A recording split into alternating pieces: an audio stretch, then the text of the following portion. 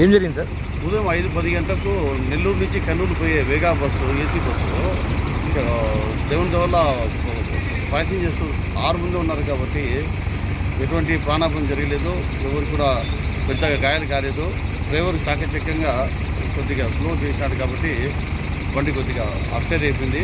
Driver కూడా ఎటువంటి దెబ్బలు లేవు, చిన్న గుంపులుగా అయినాయి. మాకు ఇమ్మీడియట్లీ డైల్ 100 ఫోన్ వస్తానే మా ఎస్బీటీఎస్పీ సార్ శ్రీనివాస్ రెడ్డి సార్ మేము వచ్చేసి ఉదాహరణ కొద్దిగా నెక్స్ట్ వెహికల్స్కి ఇబ్బంది లేకుండా రోడ్ క్లియర్ చేసుకుంటా చేసేసినాము. తర్వాత ప్యాసింజర్స్ మార్నింగ్ ఈ చేసిన తర్వాత 108 వెంటనే వచ్చేసింది. తిరుపతి మన నంద్యాల హాస్పిటల్ పంపించాము.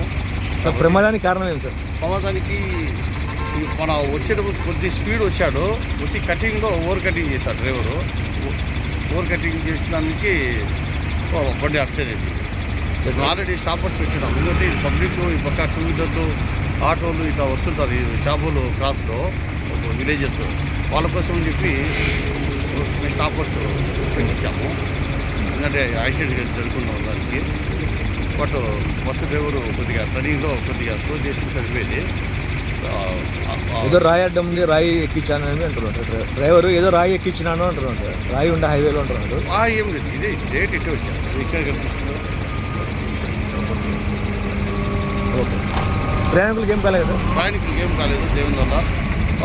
ఇప్పుడు కూడా డ్రైవరు అలర్ట్ కూడా డ్రైవర్ కూడా మా దగ్గర ఉన్నాడు. ఇప్పుడు 2 కేసులు వచ్చాయి.